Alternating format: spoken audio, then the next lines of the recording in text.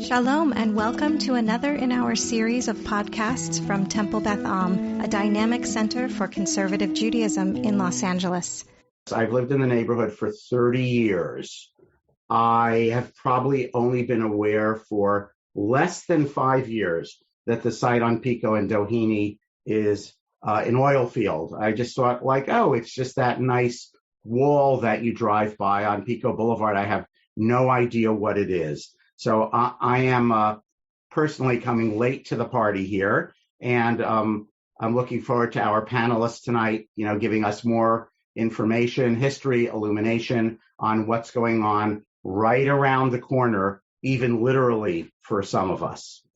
So tonight's panelists are our very own TBA member, Teri Cohan Link, who's on the board of an organization called NASE, NASE, Neighborhoods for a Safe Environment. Rabbi Yonah Bookstein, also affiliated with that group, and Professor Michael Salman. Professor Salman is emeritus professor of history at UCLA. His work was in history of the United States and the Philippines, but for the last 5 to 10 years, he's been focusing more actually on the history of the oil and gas industry and the regulation of it locally. This regulatory, people have explained the regulations to me multiple times. I've read multiple articles. It's really complicated for me to follow. And I know our speakers are going to help us out with that tonight and talk about the oil well that is right under our noses. And sometimes the oil fumes that are right in our noses. So if you have questions, regular Zoom protocol, please keep yourself muted most of the time. You can put things into the chat if you want. I will monitor Q&A. I will try not to stop our panelists when they first present, but there will be ample time for Q&A after their presentation. Our maximum time to go is 8:30. I sort of aim at 8:15, but we can linger a little longer if we like. So without further ado, Professor Salman and Rabbi Bookstein and Teri Cohan Link, please take it away. Today, we are going to talk about the West Pico drill site in your neighborhood. I actually live in the West Adam section of the city, 2,000 feet away from the 4th Avenue drill site that my neighbors and I got closed in 2017, 2018. And 2,500 feet away from the Murphy drill site, where my neighbors and I prevented the installation of a gas burning flare in 2016 after a 3-year fight. So I'm going to speak first, and then Rabbi Bookstein will speak for a few minutes, and then Teri Cohan Link, and then it will come back to me. I'm going to give you an initial introduction now, and I'll signal to you some of the things that I'll talk about when we get to the end. So the West Pico drill site is on the screen in front of you right now. It's on 2 city blocks on Pico Boulevard. And stretching, here's Pico Boulevard. Let's see, there's my nice pointer. It stretches from Doheny on the east side to Cardiff on the west. And the street addresses are 9101 West Pico and 9151 West Pico. This is a drill site that has 57 open oil wells, and the heads of the wells are all here on this block. There are 57 open oil wells, plus 2 wells that were plugged in 1978. So a total of 59 wells have been drilled on this location. All of the wellheads are here on this block, and they're modern directionally drilled wells, which means they go down a couple of thousand feet and then move out in all different directions, north, south, east, and west. And the wells are generally 8,000 to 10,000 feet deep at their bottom. The second block over here contains processing equipment that handles the mixture of oil brine water, and natural gas that gets pumped up from the wells over here. The drill site was opened in 1965, and the original owner was Occidental Petroleum, which I'm guessing many of you have heard of. They, for a long time, had a headquarters building in Westwood at Wilshire Boulevard and near Westwood. It changed hands in 1994, and then in 2012, it was spun off into the ownership of a new company called Pacific Coast Energy Company. PCEC is the company that owns and operates the drill site now. But in 2019, PCEC was acquired by new owners and new management. So it's the same company name, but since 2019, some new management. And that's something I'll touch on when I come back at the end of the program. So today we're going to tell you about a long and continuing record of safety and compliance violations at the site, most recently marked by an oil spill that reached the surface on December 11th, 2021, just last month. And that oil spill actually reached the surface on December 11th, but it was probably going on for some time. I'll explain that later. So this next slide, you can see it's from the California Department of Conservation and from their Geologic Energy Management Division. It's called CalGEM for short. And this is a photographic image, just another satellite photo. This is from their report on the oil spill that happened last month. And this area here is where they say the oil spilled into the alleyway behind this half of the drill site. Actually, we know from Rabbi Bookstein and community members who took photographs and video that the fluid that spilled ended up really kind of stretching from one end of the alley to the other. So that's the most recent compliance and safety violation, but it's the most recent in a very long and deep history. We're also going to explain an ongoing city zoning administrator, and I'm going to abbreviate zoning administrator in the future as ZA, a zoning administrator review process that should be remedying problems at the site, but it's gone very badly off the rails. As a result, NASE has filed a sequence of appeals of the ZA process, especially a current appeal that's still pending in City Council about the zoning administrator, the ZA's refusal to include an environmental review in this process. We're going to tell you about that, how that process, if it works properly, can work to remedy problems, and at the very end, how you can help. So the appeal has been brought by Neighbors for a Safe Environment, NASE, a local environmental group formed by your neighbors, people who live very close to the drill site. And they formed the group in 2000 because of problems at the drill site and a zoning administrator review that was taking place in 2000. NASE in 2000 went through an appeal process kind of similar to the one we've been going through now, and then ended up going to court over the review, and in June 2001 arrived at a settlement agreement with the city and the operating oil company. The settlement agreement had many features to it, but the one that is most important today is that the 2001 settlement agreement said that every 5 years, starting in 2010-2011, the zoning administrator was supposed to hold a public review of the drill site. But that never happened. Those 5-year reviews were never held. In 2016-2017, local community members, as it happened in the past, began again to experience problems with petroleum odors and started to complain about it. And in October of 2019, when I heard about this, I knew about the settlement agreement, and I went back and I looked at it, and I looked up who the parties to it were, and I tracked them down, and I connected with some of the original leadership of NASE.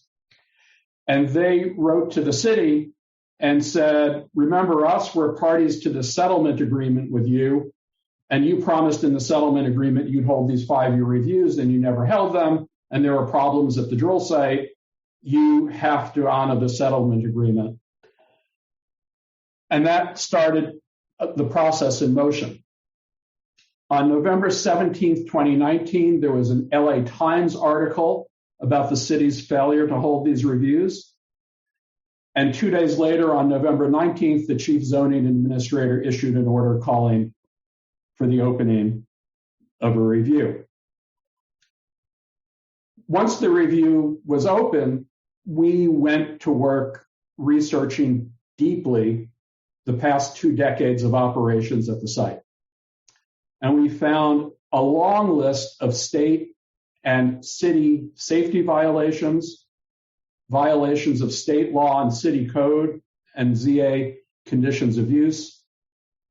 And we ultimately found, in addition, that 25 major projects had been executed since 2000 without zoning administrator reviews and approvals, which are required by city code. Those 25 major projects included 24 major oil well projects performed on 22 different wells. 2 new wells were drilled, 12 existing wells were re-drilled, and 10 wells were converted between producers and injectors. The 25th project was the installation of 1 megawatt of microturbine electric generators that were expressly prohibited by zoning administrator conditions of use. So one of the things to bear in mind is that applications to the zoning administrator for a review and approval of those projects, if they had been submitted, would have triggered implementation of the California Environmental Quality Act, known as CEQA, which requires environmental clearance of proposed projects to determine whether they might have significant effects on the environment and might require modification, mitigation measures, or possibly rejection by the deciding authority. By evading application to the zoning administrator, the operator of the drill site was also evading CEQA, which is state law that the city is obligated to implement. So the zoning administrator didn't hold the required 5-year reviews.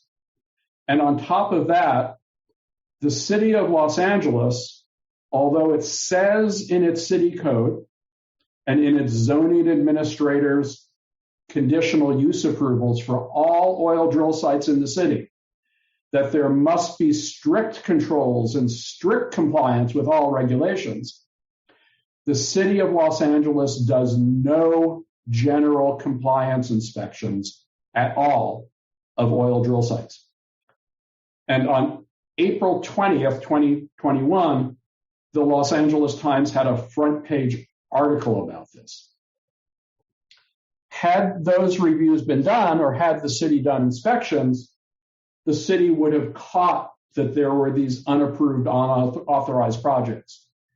Instead, for 20 years, they just accumulated.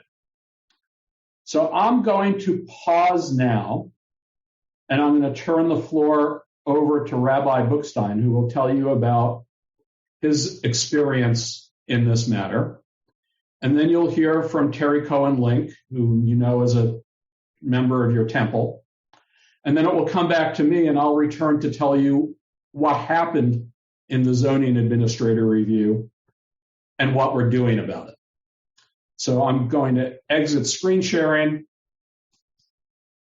I think. Stop. There we go.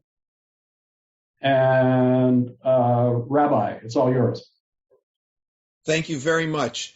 Thank you so much, first of all, to everybody this evening for your time. And Professor Salman is a incredible and devoted Los Angelino who constantly I am learning from and is a mentor to me. And thank you, Professor. And thank you, Avi, and everybody for organizing this event tonight. I'm just going to tell you how I got into this. We've been living in Pico Robertson since 2009. And when we moved here, we had been in Long Beach for 5 years. My wife was a Hillel director, and I was a Hillel rabbi there. We did not move to LA to get involved in making the city safer from neighborhood oil drilling. That really was not on the agenda.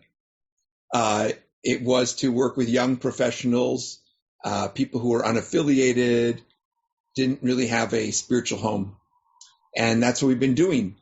And in about 5 years ago, we moved our center, which is called Pico Shul, from a building down the block to a storefront that used to house the famous Gordon's Fish Market of blessed memory.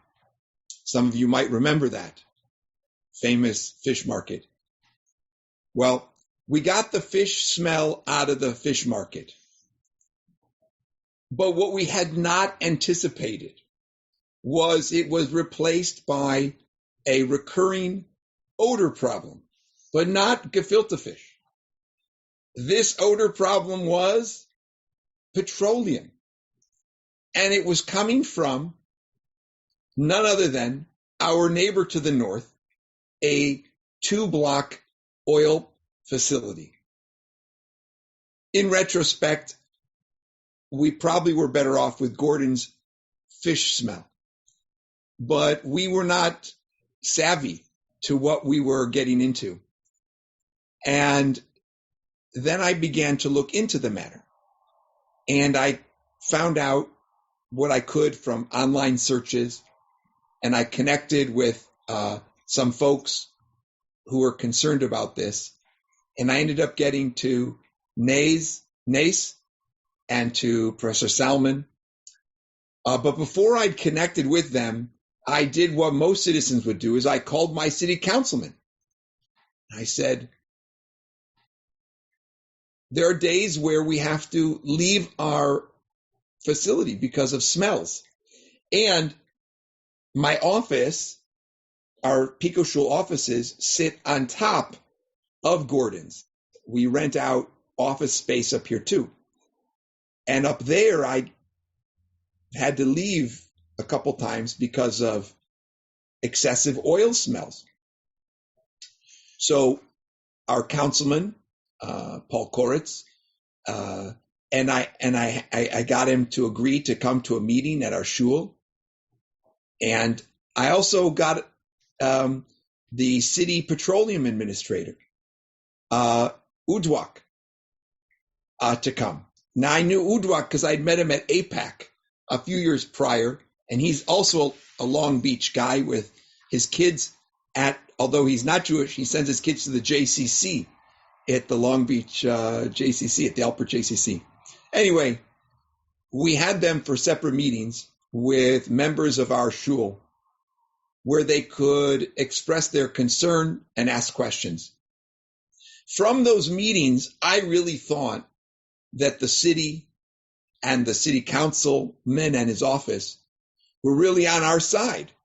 And they were really going to ensure that everything could be done to make our community safe from odors and any negative effects of oil drilling.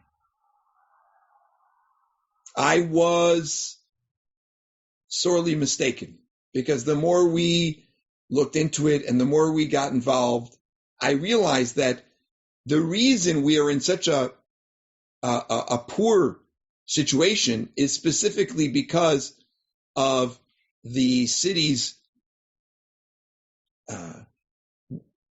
willingness to overlook all common sense when it comes to regulation of the oil in LA. You know, a billboard, a common LA billboard, has more oversight than the 50-some oil wells in our neighborhood.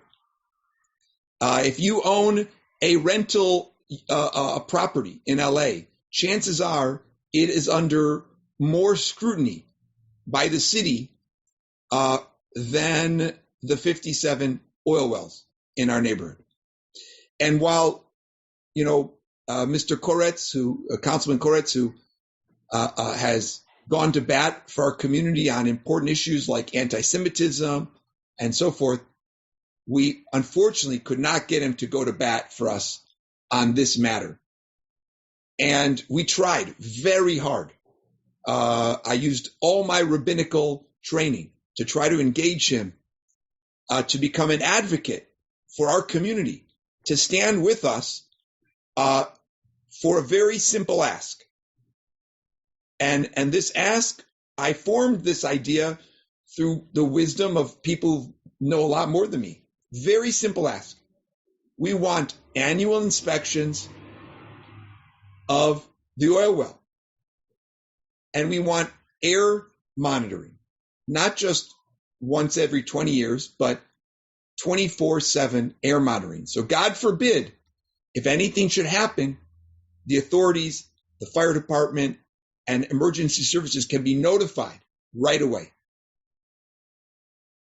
We have not been able to get the city councilman or the city council or anybody in the city level to back a very simple thing. I'm not an extremist. I wish I could drive electric cars. They're a little bit out of my budget. We're just asking for common sense. Now, unfortunately, the impact was real. There were people in my community who stopped coming to Pico Shul because of the oil smells. And when I would call, there was really nobody to call. I would try calling AQMD, but they would come out and they'd say, well, if you're smelling it inside your facility, it doesn't fall under our purview. And by the time they would come out, the smell was gone. What I later learned through the help of Professor Salman was that most of the time we were smelling oil was probably due to the numerous oil spills that have happened and the sloppiness of the oil operators where they've left oil exposed. Now, we had a big spill recently. Well, big, that's my term, not a scientific term. But even if they're doing regular work and they leave oil exposed, it is wafting into all of the synagogues, stores, houses that are in the near vicinity. And I want to end with this, and I could really speak about this for a much longer time, and I'm very passionate about it. When COVID hit, we stopped using our sanctuary like all other synagogues, like many other synagogues, right? And we've done a lot of our programming online, but I still have my office. And I try to work out of my office as much as possible. And I will say that since our activism began a couple of years ago on this matter, I do notice fewer opportunities to complain about odors. However, just because they're not making, obvious mistakes on a regular basis doesn't mean we don't have a very serious problem in our midst, which came to roost just a few weeks ago when I was notified by somebody on Nextdoor that there was oil seeping up into the alley just a block from our office. Now, this is not Beverly Hillbillies, where they see the oil bubbling up and everybody's so happy, about the oil. This is in the middle of a neighborhood What is oil doing bubbling up next to houses? This is totally unacceptable, completely unacceptable. So I thank you for your time. I thank you for your concern about this matter. And really and truly, it's something that all of us here can really, really have an impact on making a difference in our community. By a little bit of our effort, we hope, please God, will have a big impact to make things safer and healthier for our community. Thank you so much. Teri. Good evening. Avi, thank you. Michael, Rabbi Yonah, thank you for joining me this evening and having this opportunity along with you to speak. I also just want to acknowledge that Ray Drazen, who's one of the early founding members of NASE, is amongst us this evening. So I have mentioned to her that as I speak a little bit from my perspective, if there's something that she wants to add with regard to NASE, I hope that Ray, you'll feel comfortable to do so. I know many of you on the screen tonight. We've gone to Shul together for a long time, but some of you may not know me, so I'll just say that I'm a longtime member of Temple Beth Am. We joined when my son was a baby, and we've been members ever since. And in my professional life, for most of my career, I've worked in environmentally related pursuits, from environmental technology to waste to energy to solid waste. And so I've had my finger in that pie. I'll say, though, that with the work that I have done over my career, in the part of it that I've been in Los Angeles, intersecting with the city of Los Angeles, the experience of going through the last year and a half, no, actually more than that, 2.5+ years, even more, interacting with the city and seeing how non-compliant and uninterested the city has been across agencies and cross-council districts with regard to these issues has shocked me, and I don't see myself as a particularly naive individual at this point in my career. I became involved with NASE just a couple of years ago, having earlier been engaged with another oil issue at the Rancho Park site. And through that issue, at that point, it was my responsibility as a member of the Beverlywood HOA Board of Directors to liaise. It was one of my responsibilities to liaise with the community groups that were dealing with environmental issues. And I became involved with that problem. And through that, I met Professor Salman and eventually was introduced to the NASE group and later Rabbi Yonah as well. So I'm just giving this to you as an example of how a, average community member gets involved with something like this. This is our health and safety. And what's very apparent to me is that it is not just our local issue, but as we become engaged with the city and the various city agencies, this is a regional issue, particularly broadly in the city, but it's an issue that impacts the health and safety of all of us on many, many levels. And so I encourage everyone attending tonight to to join and help us push forward. In a little while, Professor Salman, I think, will either put on the screen or explain how you can send letters to the city at this point as part of a process that we're going through. There are other actions that you can take. We need each of you to reach out, beyond which each of you has an amazing network of resources which can help us inform our neighbors, other people in the city and beyond, agencies in the city, state agencies, county agencies that can help move us to a healthier, safer environment. So that's it for me right now. I'm happy later to address questions if there are any that I can answer. Michael, okay. Turning it back to you. Ray, do you want to say hello first to add anything to Teri? That would be great. Sure. Hi, everybody. I'm Ray Drazen. I was involved at the very beginnings of this project. It was around 2000, maybe a little bit before that. And we were concerned with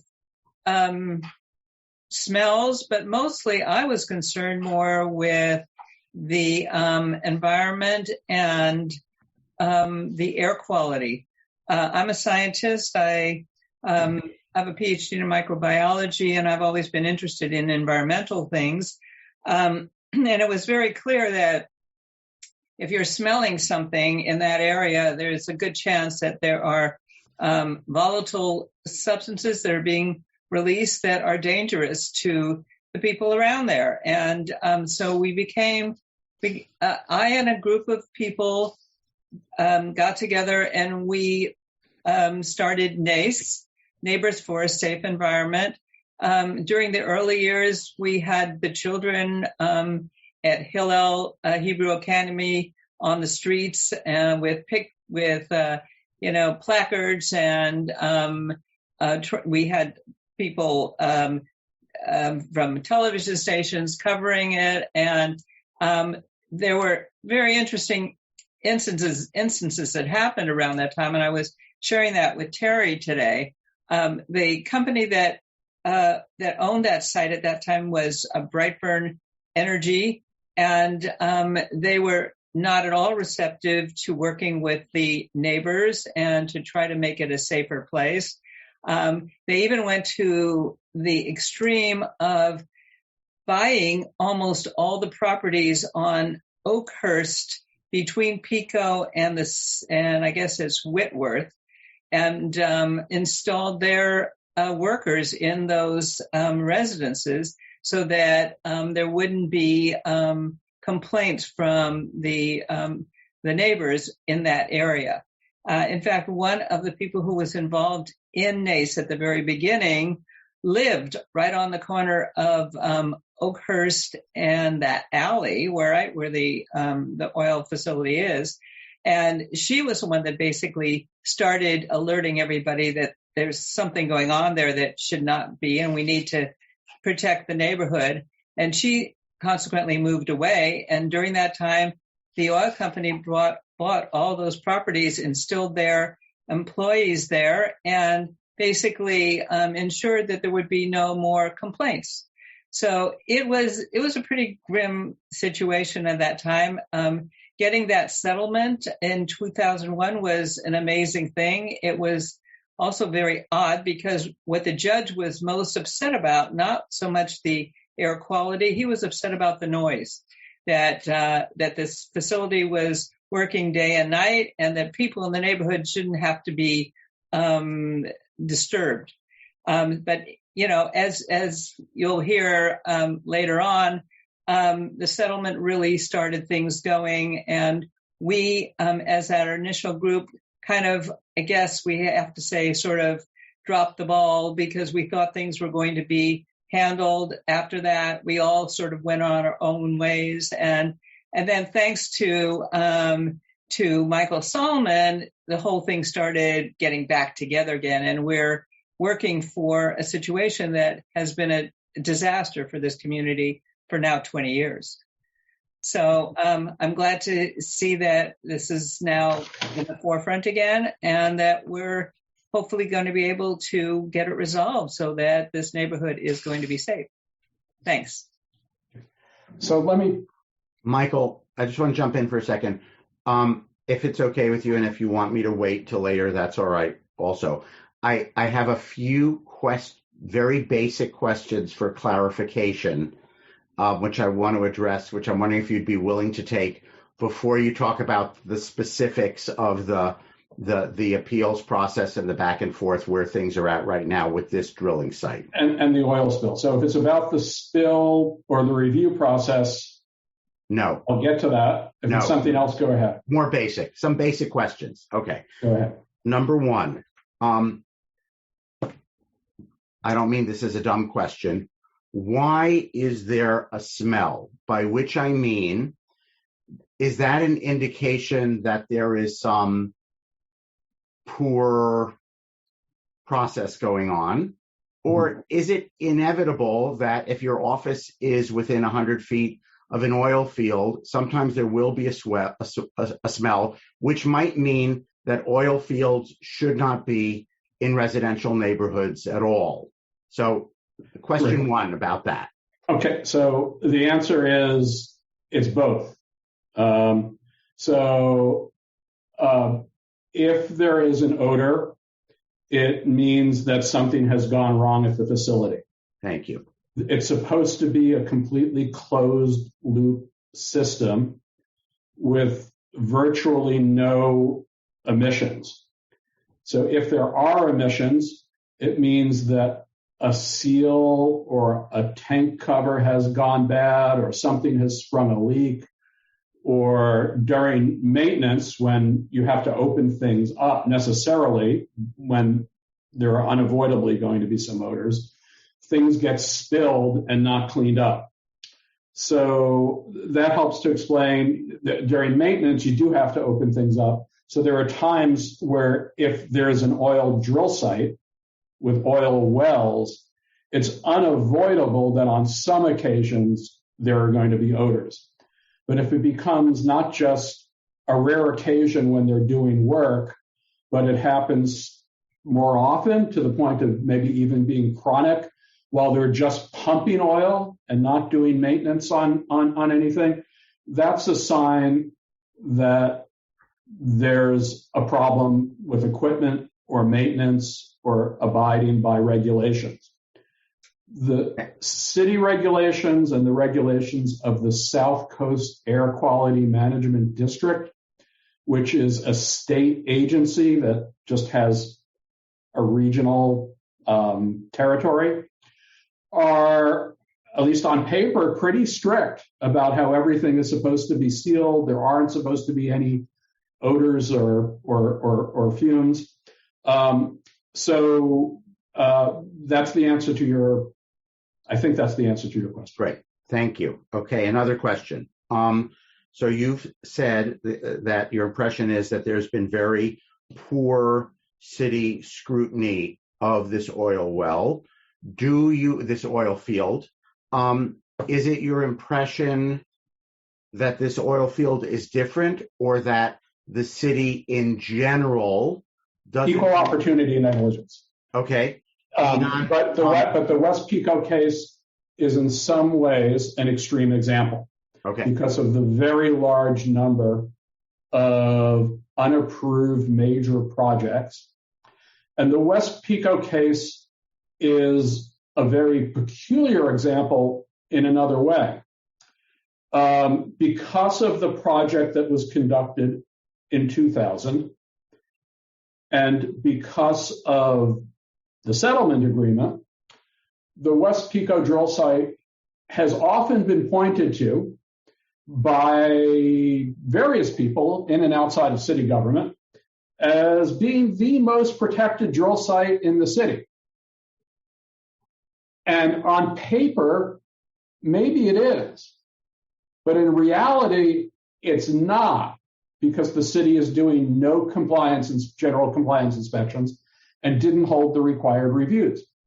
You can have all the laws in the world that you want, but if you have no monitoring and enforcement, those laws are not worth the paper that they're printed on. Okay. So in some ways, the West Pico drill site is an extreme example in certain ways, but it's symptomatic of a systemic problem in the city. So as I told you, I live in West Adams, and it's because of the Murphy drill site on Adams Boulevard between Arlington and Western that I first became really involved in this issue in January 2014.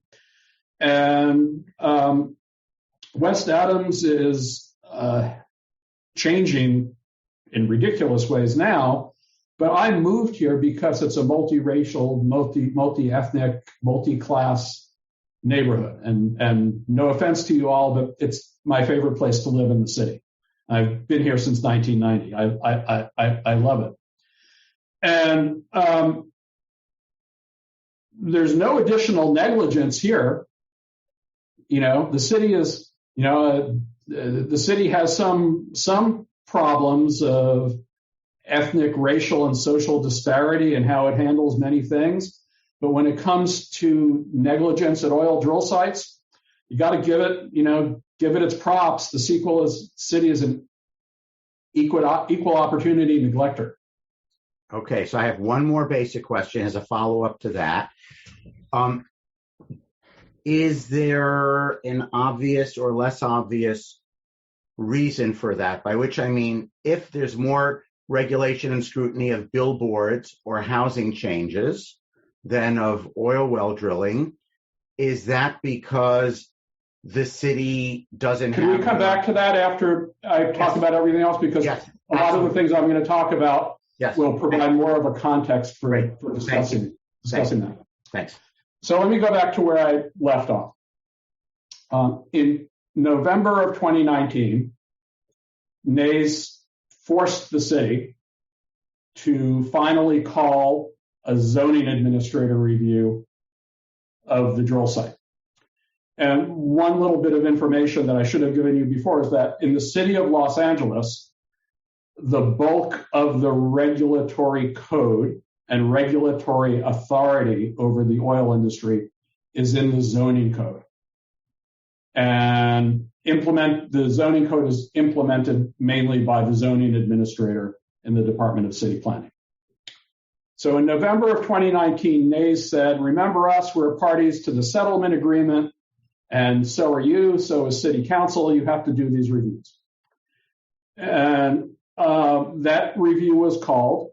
And what I'm going to do now is tell you how it went off the rails and a little bit about why. And then I'm going to tell you about what happened in the recent oil spill last month. And then I'm going to talk about what you can do and what we are all trying to do to better this situation.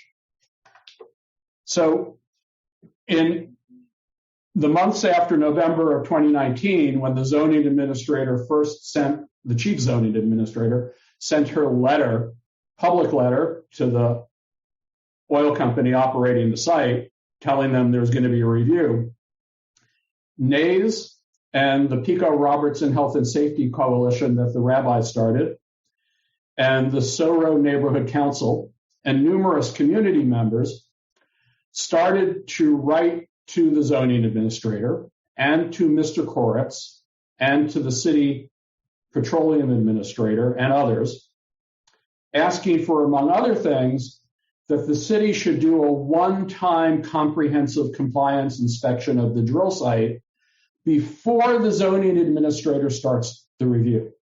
And there was a precedent for this. The one and only time that an oil drill site was ever inspected for general compliance was in the spring of 2017, and it was the Rancho Park drill site. And I made that happen. And the petroleum administrator at that time, Odawak Entuk, who is now the supervisor of CalGEM, the state regulatory agency, did a really thorough inspection. And so our logic was, before the zoning administrator, who's not a specialist in the area, starts putting together a case file, he really ought to have an inspection report from a professional who knows about the operation of oil wells and oil drill sites. By this time, Odawak Entuk had left the city to go and work for the state agency. But we asked the zoning administrator, we asked the interim acting petroleum administrator, we asked Mr. Koretz, and they all said no. They wouldn't do it. They wouldn't ask the petroleum administrator to go and do the special inspection. Nevertheless, in the early spring of 2020, when the oil companies started to deliver the documents that were needed for the zoning administrator to start the case, at first there's a lot of evidence that the zoning administrator was kind of wanting to do it properly. The zoning administrator at first wanted to do an environmental review. In fact, I know that the zoning administrator who handled the case at first was adamant that there had to be an environmental review. And they also wanted to get documents from the oil company that were missing in the original application file. And there were a lot of documents. There's all kinds of things that have to be documented and reports that were supposed to be part of this file for the zoning administrator to review. But what happened was Council Member Koretz told the zoning administrator, I don't want you to give the oil company any more time to get these documents. I just want you to do the review. So it's like the IRS saying, I don't want you to submit your tax return. I just want to decide what your refund is going to be. It's like, how, you need the documents to do the review. And then Mr. Koretz said, I don't want you to do an environmental review either. I want you to bring this case. And remember, this is spring of 2020, so the pandemic had just taken off. I want you to bring this case to public hearing as soon as possible and conclude it as soon as possible with no changes to the conditions of use assigned to the site. He also, a couple of times, said, and then I want you to shut it down.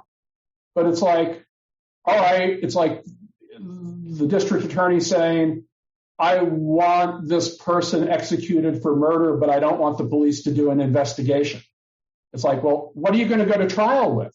Right? How do you make the case?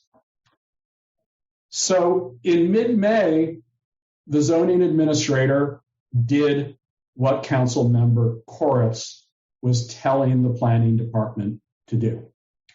And they stopped asking for additional documents, and they decided there was going to be no environmental review.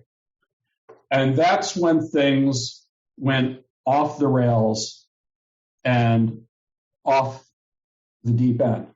So I'm going to share a screen now. Take me 1 second.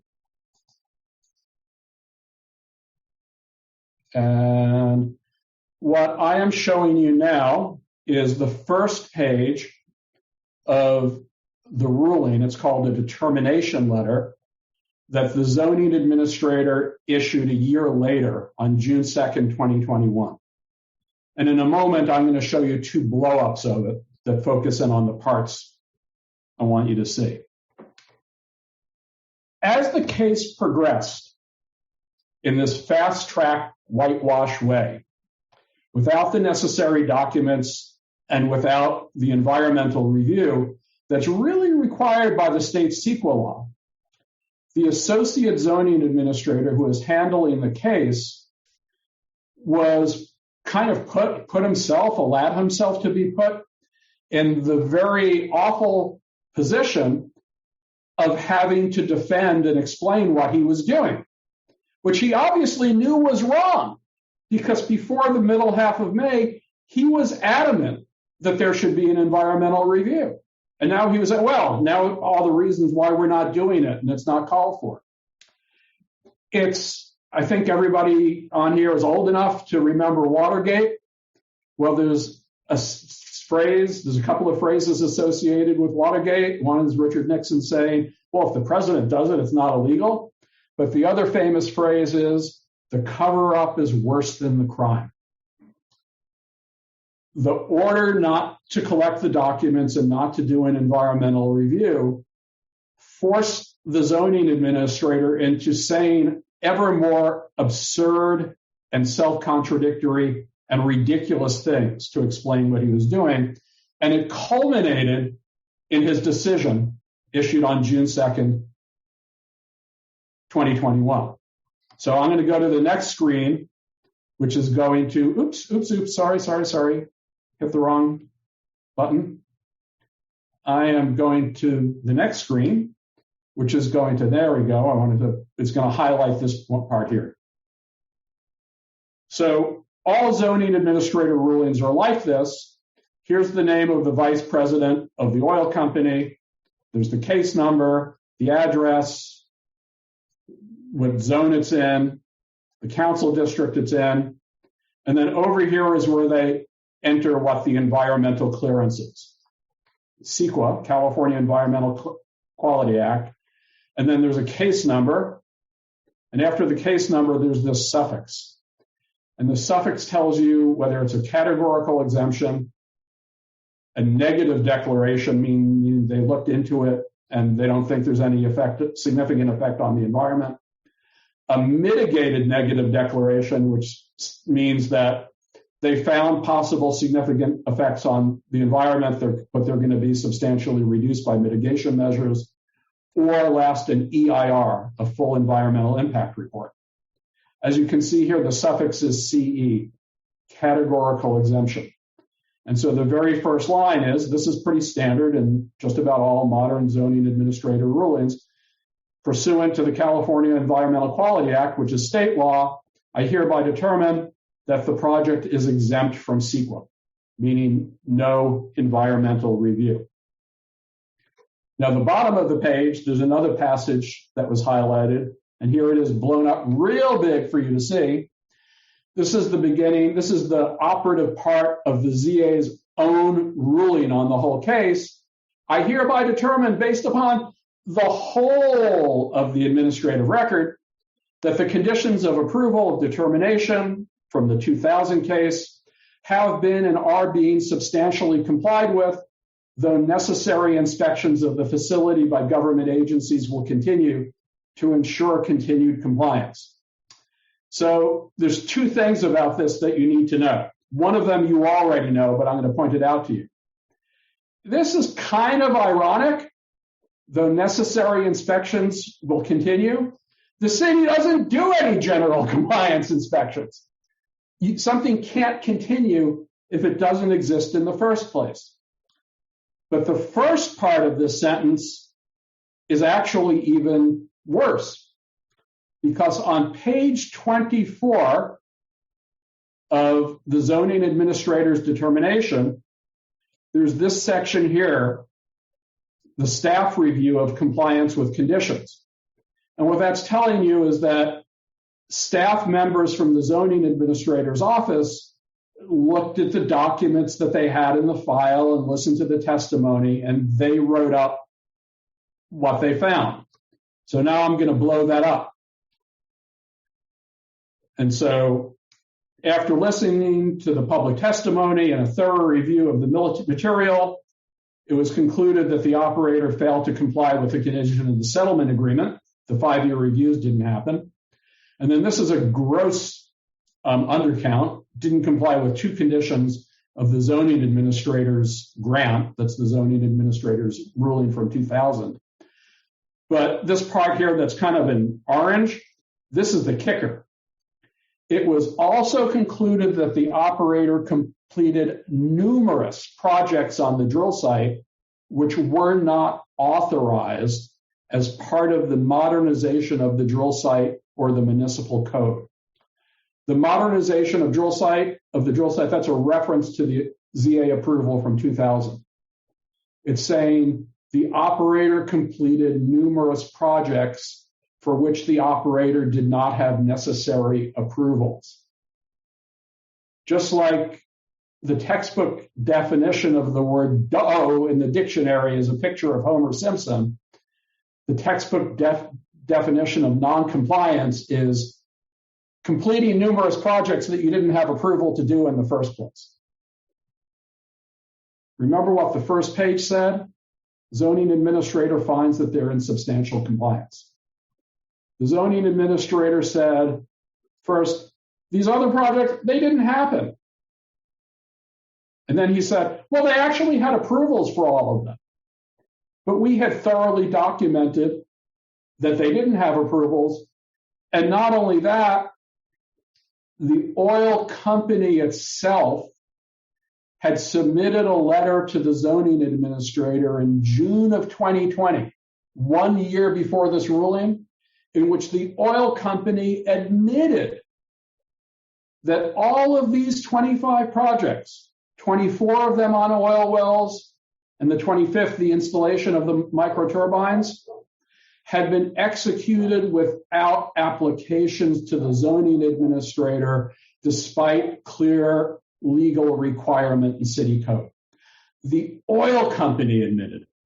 So it's not just that we provided the proof in documents, it's not just saying so, but the documents, but the oil company admitted it too.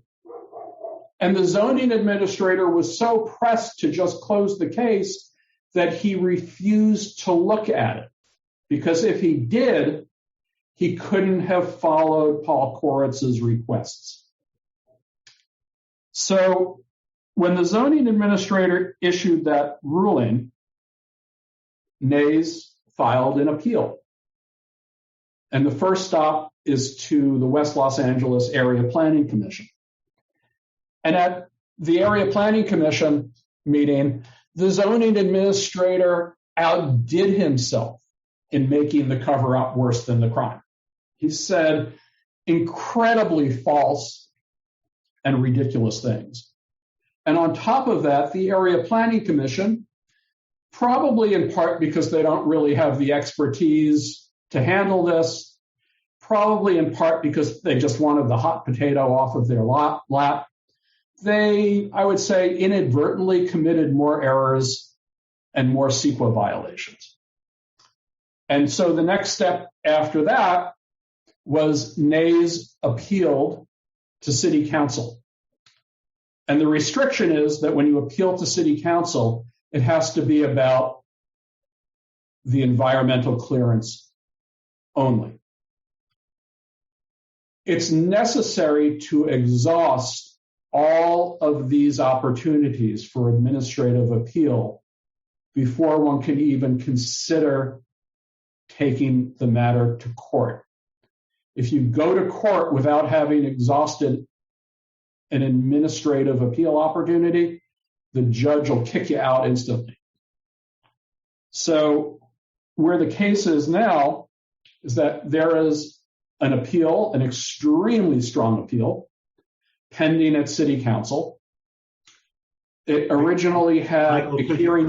Could you unscreen share are you done with the, I just want to make I'm going to come back in a moment to show a couple more slides. Each other, yeah. Uh-huh. Yeah, I'm sorry about that. So bear with me. Yep. So it originally had a hearing date on December 7th, and on request of both the appellant, NASE, and that's called the applicant, the oil company, the hearing was continued to a date to be determined in the future.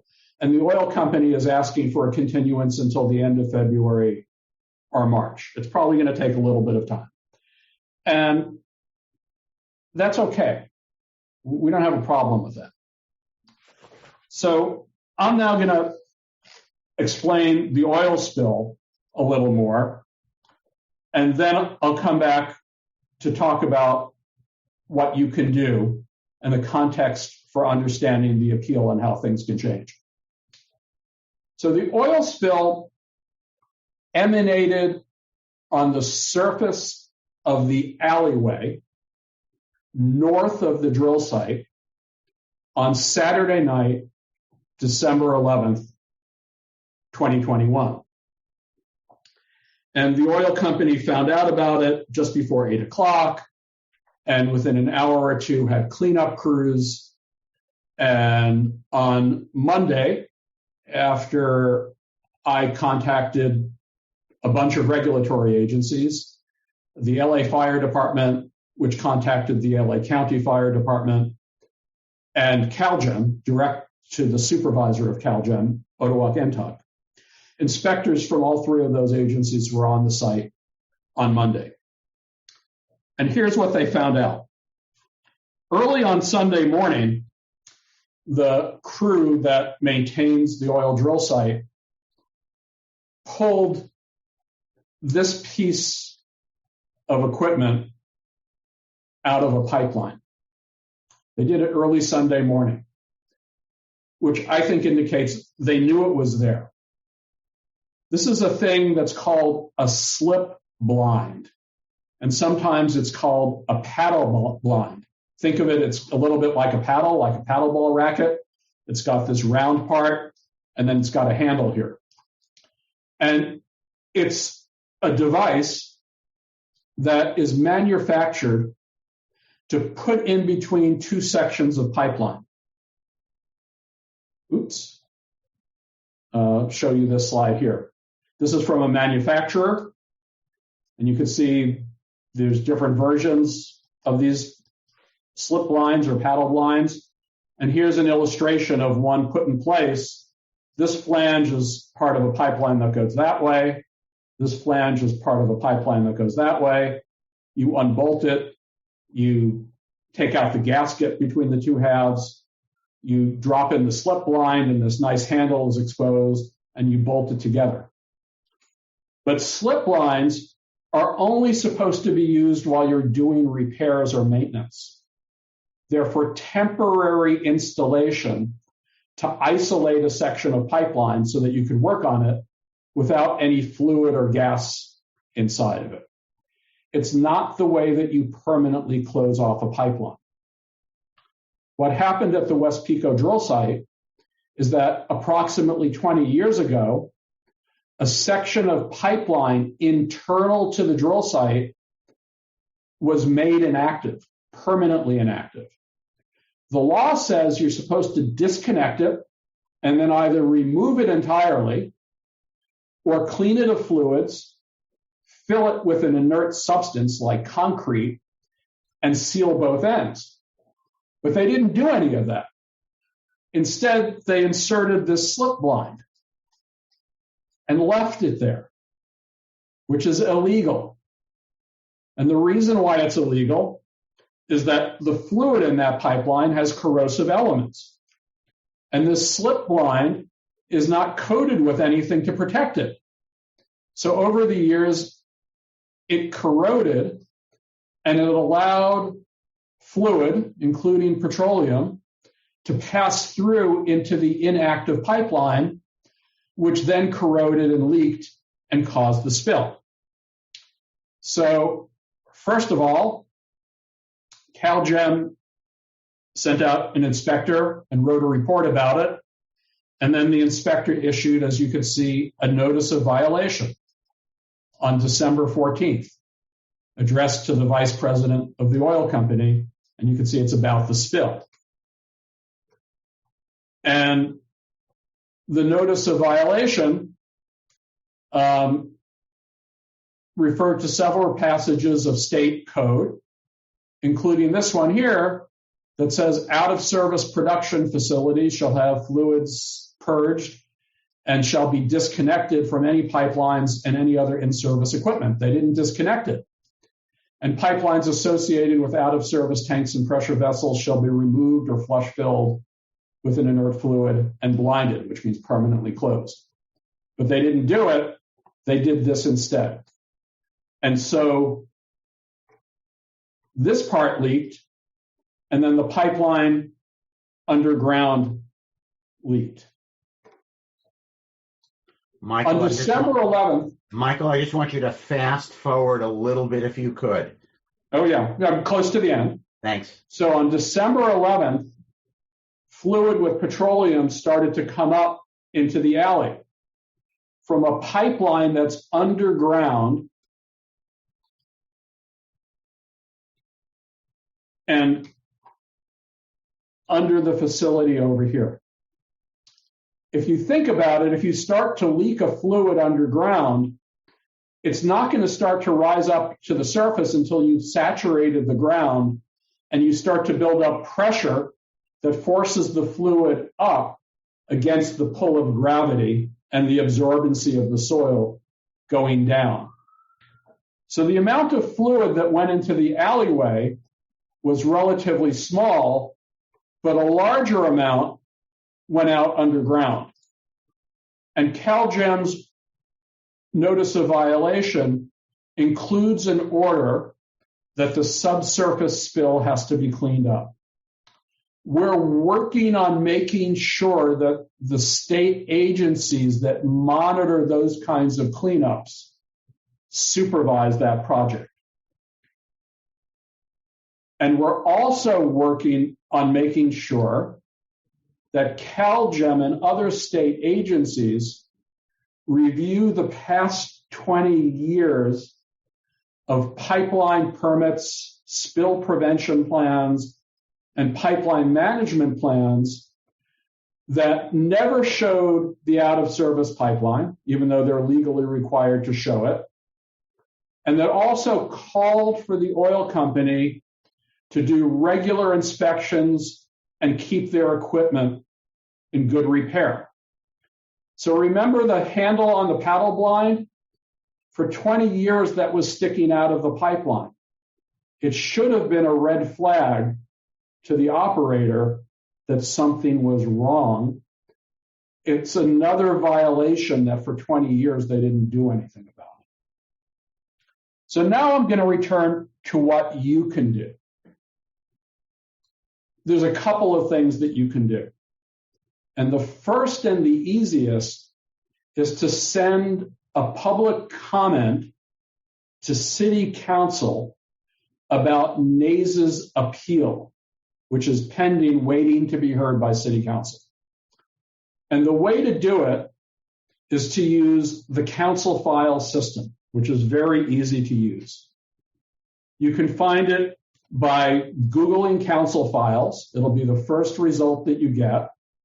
You hit the first result, you open the screen, and you'll see a search box, and you type in the council file number for NASE's appeal.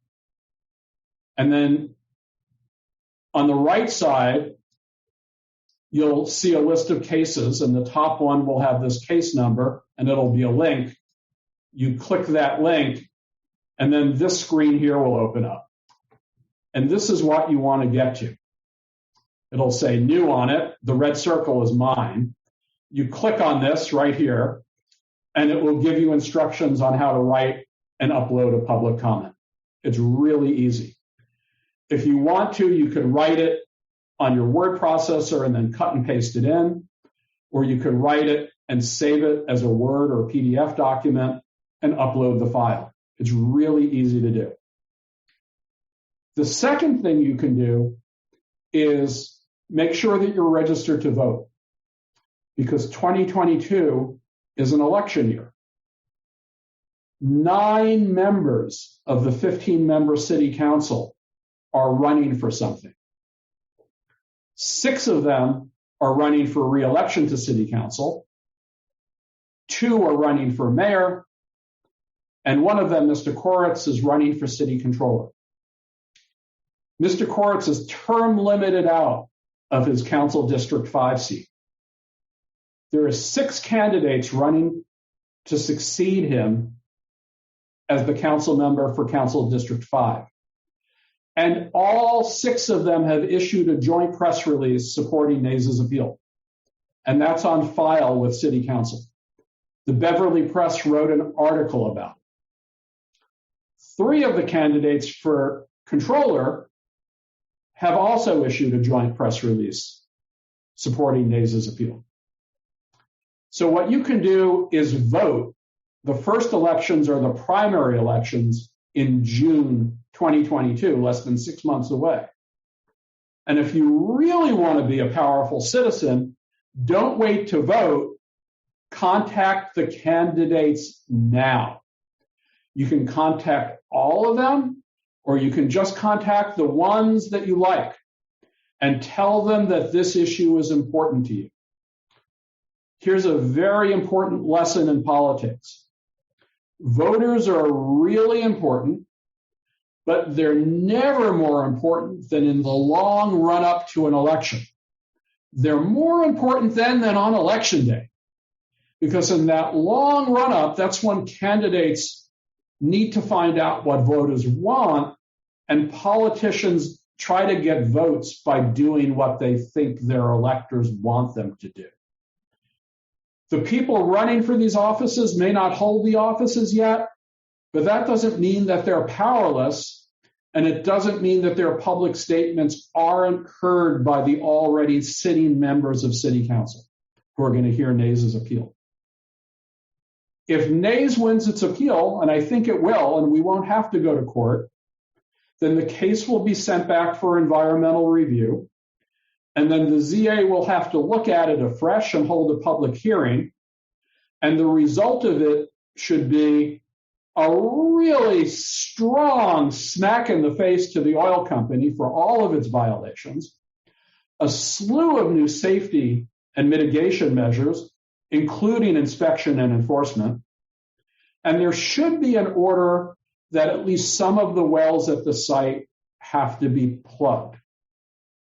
There's a lot that can be accomplished by winning this case.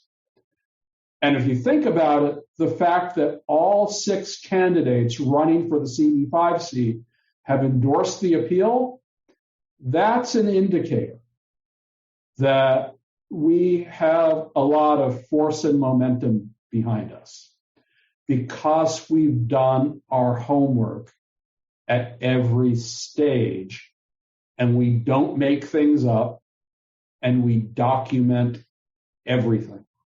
So with that, I'm going to stop sharing and let everybody's beautiful pictures come back. Thank you. So if I understand, I just want to make a summary statement, then we'll take some questions. If I understand it, at the moment, there is no scheduled meeting that one might attend to voice one's opinion. One could put a comment in the way you suggested and or contact candidates for various offices that are germane to this. That's correct. And sending the written comment to City Council, while it's important to show up when they actually do schedule a council committee hearing, yes, the committee members, to tell you the truth, make up their minds before they go into the room. So the public comments that are on file at least a week before there's a hearing are going to probably be more important. Although we also will want people to show up for the hearing and be there, because that shows public interest. Great. Thank you so much. A lot of information there to absorb, which you have summarized for us.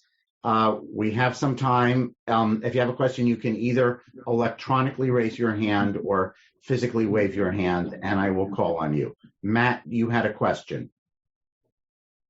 Unmute. Hey, hi, thanks. I was surprised to hear that this whole operation began in 1965. Did I understand that correctly? Yes. Because historically, the whole of the West Side was covered with oil fields. And the real question for me is, I can't imagine that in 1965, Occidental Petroleum could tear down whatever was there and start drilling. So I think there must be some misunderstanding there. There isn't. Did they reorganize some existing oil wells or what? Well, so let me give you a real brief, a couple of data points. The most recent one is that there were no oil wells there at all before 1965. In that part of town, there had previously been no oil wells. I've seen pictures with hundreds of oil wells. Not at that site. Okay, so let me explain that to you. So at that site, there was a gas station and there were a couple of other buildings, and they were demolished to create the site. In the 1960s, there was an oil rush in Los Angeles. So for those of you who, let's say as children, remember the Beverly Hillbillies, which I think the rabbi referenced before. The Beverly Hillbillies was a television show created in Los Angeles.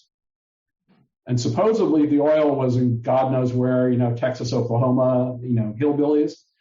But there was an oil rush in Los Angeles from the late 1950s into the 1970s. Okay. The photographs that you're talking about, Matt, are generally from pre-World War II. Mm-hmm. Prior to World War II, oil wells were not in drill sites. There were individual derricks for each oil well. And there were oil wells up and down Venice Beach. And in earlier times, all through the Beverly Center area, north of Wilshire, north of 6th, from La Cienega over to Hancock Park, there were hundreds of oil wells. And they were all shut down in the 19-teens to make way for real estate development in the 1920s. The housing stock there dates from the 20s and 30s. Downtown Los Angeles and Echo Park was the site of the first oil boom in the city of Los Angeles that started in the 1890s. And obviously virtually all of those oil wells are gone and the area is entirely built up. In the 1930s, there was very close to a de facto prohibition, not law, but de facto prohibition against drilling new oil wells in the city because real estate interests had become more powerful than oil interests in the city. And there was big money in real estate. Thanks. Can I just one more thing, because I know our time is short. I predict, and you'll probably see this, that you will lose at the city council because they all do what the council person in charge of the issue wants them to do. Ordinarily, yes, this time is different. Get ready for a court case. So this time is different. Everybody should, first of all, we are ready for it to go to court. And we have all of our ducks in a row. And we're represented by a superb land use and environmental law attorney. But there are three things that are different about city council in this instance. The first is that Paul Koretz is a lame duck, and he's been ordered by the city attorney to recuse himself, not just in city council, but not to speak about the case in public. He's made some really serious missteps to get that from the city attorney. The second thing is that it's an election year, and 9 out of the 15 members of city council are running for office in 2022. The third thing is that the politics of oil in the city have changed, and all members of city council have gone on record as saying that they want to see the oil industry phased out.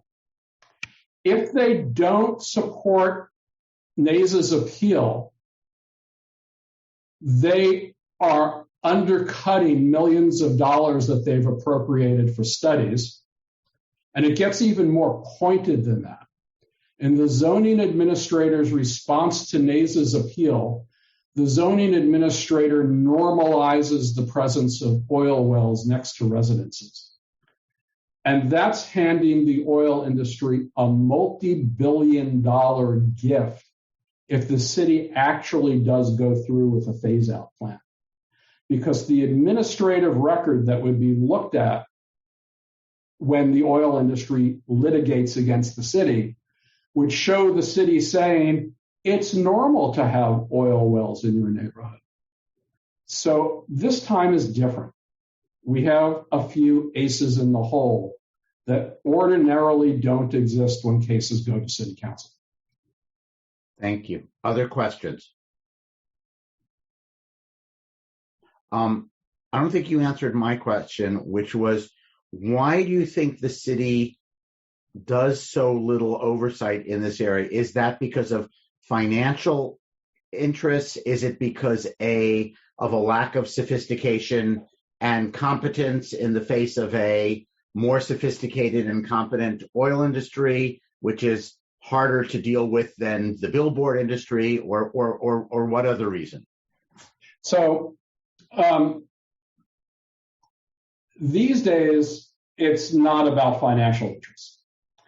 The oil companies that operate in the city of Los Angeles now are all small companies that you've never heard of. So, raise your hand and tell me that I'm wrong if you heard of Pacific Coast Energy Company, before, tonight, or having seen something from NASE or its partners. You've not heard. This is not Exxon, Mobil, Shell, Atlantic Richfield, Arco, BP, right? In the 1950s and 60s, the companies that started these drill sites, those were big companies, but they all left the city of Los Angeles by the early 1990s. When they were here, that's when the city passed a law creating the position of a petroleum administrator. And from 1961 to 1971, there was a full-time professional petroleum administrator. After that, it went part-time, and then in the 1990s, the city just stopped having a petroleum administrator at all. And the reason was that in the 1990s, oil prices dropped. Oil prices go up and they go down.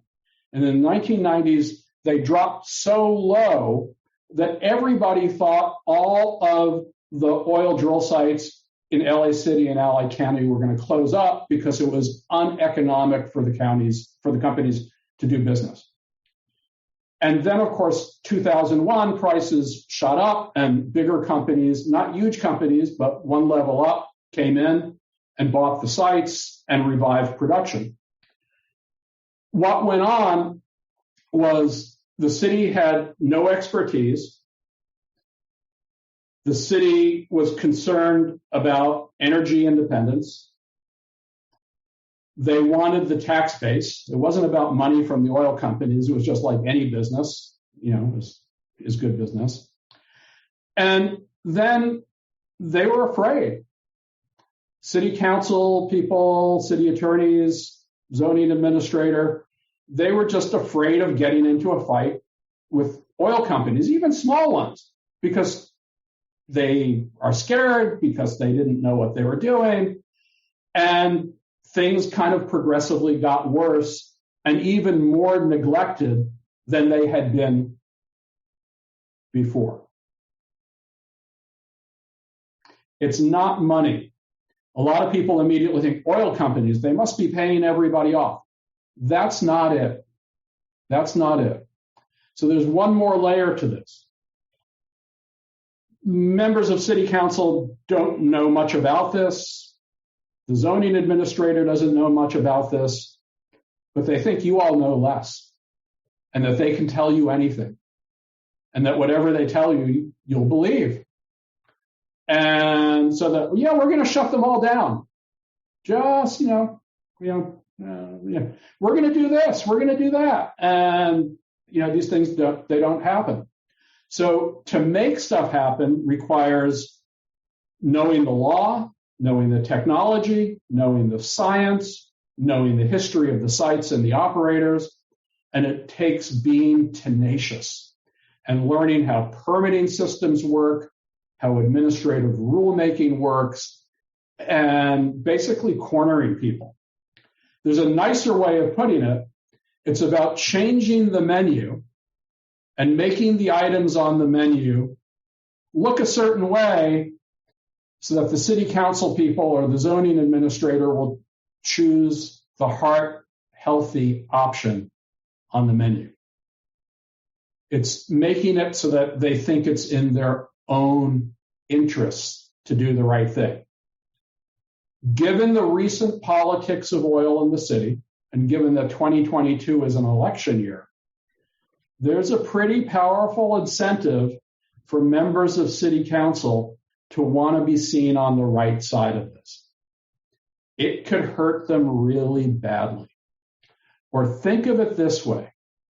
When is the last time that you saw every candidate running against each other for an open seat, an open office, issue a joint press release saying we all agree on this point. That's what all 6 candidates running for the CD5 seat did. Good. Thank you. Any other last questions? Can I ask 2 questions? Now, it almost sounded like Koretz didn't want any investigation done, but it sounded like he wanted the whole thing shut down. Did I misunderstand that? And you said it went haywire after that. That's right. So Paul Koretz has been the council member since 2009. In CD5, there are 4 oil drill sites, which is more than any other council district in the city. There are almost 100 oil wells in CD5, which is the second largest number of oil wells of any council district in the city. There have been 4 zoning administrator cases about drill sites in Council District 5 since Koretz became council member. None of them have had an environmental review. In all 4 of them, he's worked to have the case shut as rapidly as possible. In the first 2, he and his staff didn't show up for the public hearing at all. And in the second one, he let the oil company speak for him to the zoning administrator. And I only say things if I have a document to back it up. I can send you the zoning administrator's ruling in which the oil company speaks for council member Koretz. So on the one hand, he says, I hate the oil industry more than anybody else. I want it all shut down. I want no fossil fuels. And then the drill sites in his district, whereas Matt was saying city council members typically have an awful lot of power over anything that goes on in their district, he's done absolutely nothing to have them monitored, regulated, to find ways to plug some of the wells. And it can be done. One of the 2 drill sites that I live near in West Adams, my neighbors and I got it closed. We got 15 wells plugged. They don't exist anymore. The drill site doesn't exist anymore. It can be done. Paul Koretz has had 12 years, and he's not gotten 1 well plugged. He's not had 1 environmental review for a drill site in his district. And in every case, he's worked to have the case closed as rapidly as possible. And then he says, I want all the sites shut down, but they stop me at every turn. What's so difficult is that he's been such an environmental campaigner in so many different areas. But let me just ask one other question. So the immediate result of what you want us to do in this review, what would be the immediate result? What's the immediate result that you're looking for? Well, what I want shutdown or with that appeal to the council, what will the appeal to the council? Right. So it's not what you would do. You would write a comment to city council. If there's no way to shut the drill site entirely until there's a track record in city documents of violations that the city told the operator to fix that the operator didn't fix. And Paul Koretz has been told that repeatedly by the city attorney and the zoning administrator. And again, I have the documents that show that. So what we want is send the case back for environmental review, which is required by state CEQA law. We'll win that in court if we have to. And the CEQA review, the environmental review, really has to precede any decision-making by the ZA. So the ZA would be legally required to reopen the case and reassess the whole thing. And he would be doing that in the near future with Paul Koretz not being the council member, but one of the 6 candidates, all of whom have endorsed NASE. The new council member will say, I want you to go to town on this site and do it right.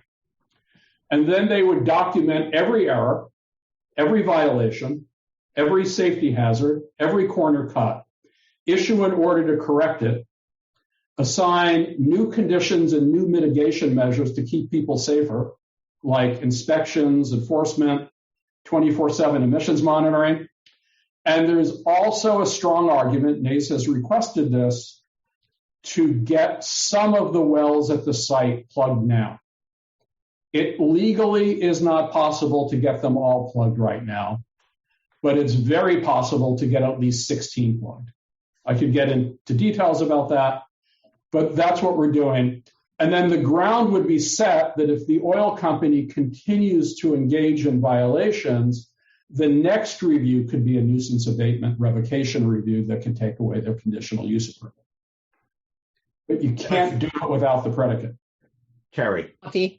I just want to add that if some of you are not already receiving the community updates that Michael has been brilliantly sending out, you want to get on that list, because many of these issues are detailed explicitly with the source material. So how do we get on that list? Okay, so I'll give you an email address. It should be pretty easy to convey. Michael, type it into the chat for everyone, please. I can do it. Yes, absolutely. 1 second. Can you do it and somebody else asked me a question? So Pico Robertson Coalition at gmail.com. Pico Robertson Coalition, no punctuation, one big word, at gmail.com. And Teri will put that up in the chat in a second. Thank you, Teri. Multitasking, talking, chewing gum, typing, can't do it. Great. Okay. I think I want to call time. I just want to thank everyone for coming out on a weeknight, but also our panelists, especially, who are clearly very devoted to this issue, really involved. All three of you are really an inspiration for citizens to get involved in what's going on around us. So I just want to say, Professor Salman and Rabbi Yonah and our own Teri, really, really appreciate your joining us tonight and sharing all this background and the story. And I had I've read a couple little articles in the paper and I had no idea. So Yasher Koach to all of you, and really thank you so much. Okay. Thank you, Avi, and thank you, everyone. And we will try as a green team to try to put out the word for people to be, kind of subscribing to these things so that they can continue to get involved. You have been listening to another in our series of podcasts from Temple Beth Am, a dynamic center for conservative Judaism in Los Angeles. If you enjoy these podcasts, we invite you to write a review on the Apple Podcast site or wherever you get your podcasts. For more information about Temple Beth Am Los Angeles, go to tbala.org.